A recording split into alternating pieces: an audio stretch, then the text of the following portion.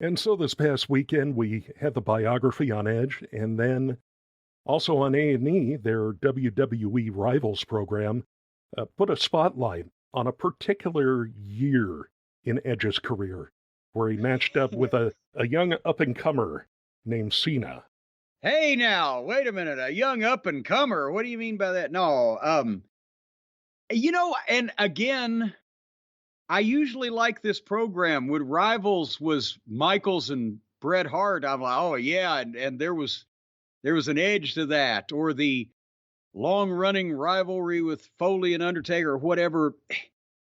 This program, as much as I like the Edge biography, I didn't like the Cena Edge Rivals because they weren't they were rivals on camera. They fit the gist of the subject of the program, but they spent the entire program about their violent rivalry telling us how much they loved each other.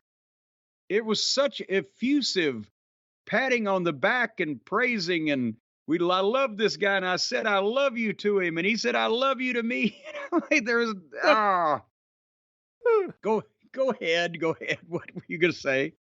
Well, I mean, just from the jump, when the first shot you see is John Cena dressed to the nines, sipping some sort of brown Bourbon bourbon out of a whiskey. crystal glass. I'm like, is this Rivals or is it a Doers profile from like Well, 1982? he looked like an investment banker Yeah. testifying against Bernie Madoff, and he was so soft spoken, John. Now he's reserved, but I think part of it was when they have the biography and then the same night have a person that was in the subject of the biography also in Rivals. Sometimes you're seeing the same talking heads, you're seeing kind of the same footage or whatever. Maybe they could have spread out nights or whatever, but we got the Cena Edge rivalry was 9 months in 2006. They had umpteen matches, but it wasn't their guy or their matches. I've always said I love John Cena. He was a great kid, like Edge. But again, this program was more about, in the old days, the fans would have looked at this like, well, yeah, they really yanked our chain. They never had a crossword between them. At least with Undertaker and Mankind, you could be, drawn into the goddamn violence and chaos of it. But with this, they overwhelmingly hugged and kissed each other figuratively on this program. I get tired of everybody talking about changing their character, evolving their character. The horse has left the barn, whatever. But I'm not opposed to talking about inside stuff in this day and age. Like I said, it's too late to stop that now, or even talking about how we cooperated. I've talked about stories. I go, well, we did this with the Rock and Roll Express or whatever, but I never have ever said, my Cation. Fuck. You evolve because you get older and you get wrinkles and you start doing shit differently because you pick more up. That's how you evolve. If you're real, I said this to somebody recently, and it's applicable here. Edge, there was a quote in this show. We both grew as actors play roles. They play characters, roles plural, characters plural. Every movie, every TV show, every Broadway play, every dinner theater, whatever the case, whatever the level, you're taking on a role that you play for the length of that play's run, and then you move on to something else. A wrestler is not playing a character or characters. He needs to be that person. And that's what they lose track of, is that they don't need to evolve characters. They need to evolve themselves. I'm not saying do the same thing, dress the same way every time. But when you're thinking about yourself as an actor playing a part, being a character, or the character is you, or you are able to become the character. That's 24/7. That's 365.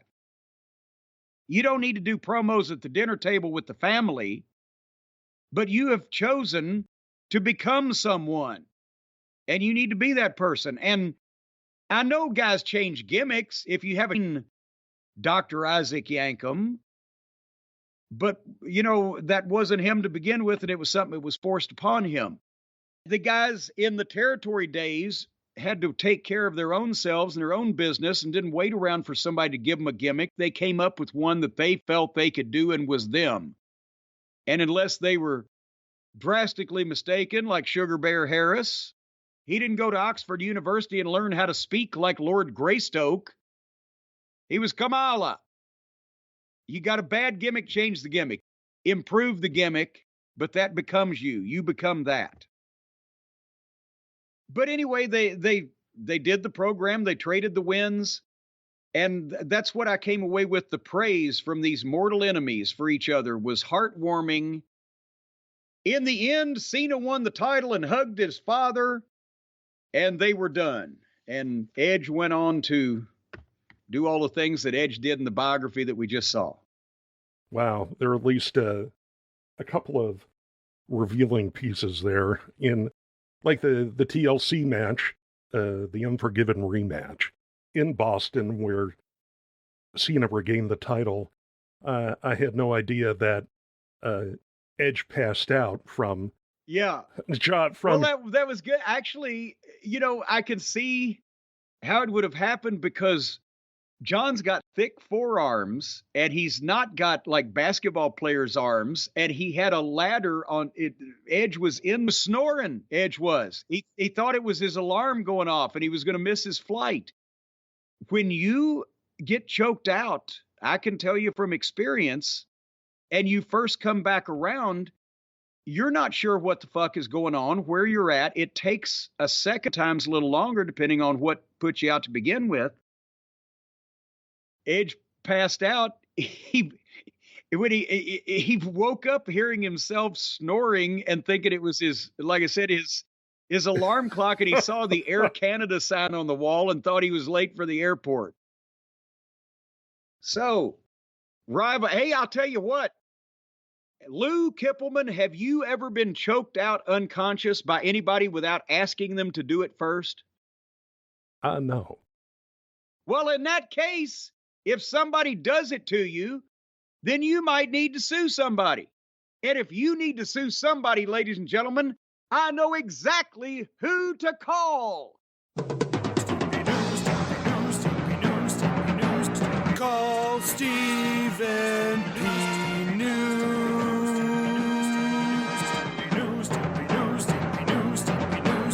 If you need to sue.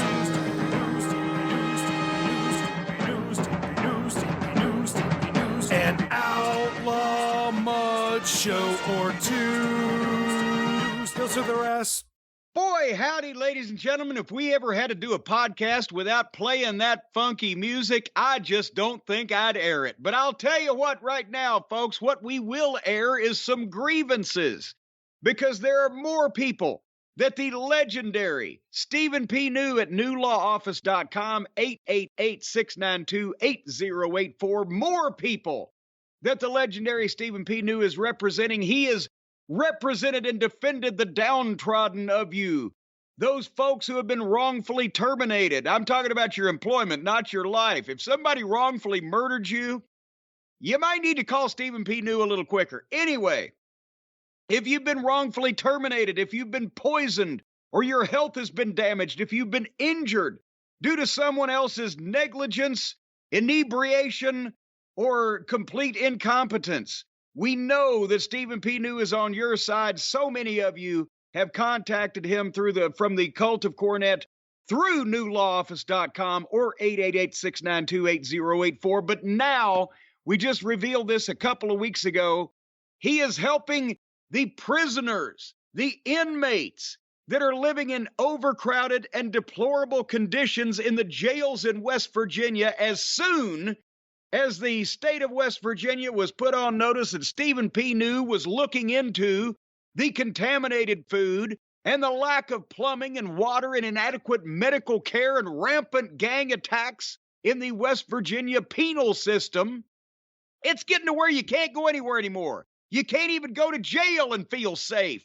For heaven's sake, you can't even, if you can't go to jail and have a good time, what's this world coming to? But by cracky, Stephen P. New is cracking down on old Governor Jim Justice, if that is indeed his real name. What a gimmick. And the governor has a state of emergency to help fill empty shifts at all the jails that are facing these staffing shortages, which they blame for this inhumane Dickensian-like conditions. And that's just an example. It doesn't matter whether you're an honest person or a crook. Stephen P. New will take up for you if somebody's screwing you around. And he'll stand there and he'll say, Your Honor, this crook deserves every bit as much respect as that law-abiding grandfather over there.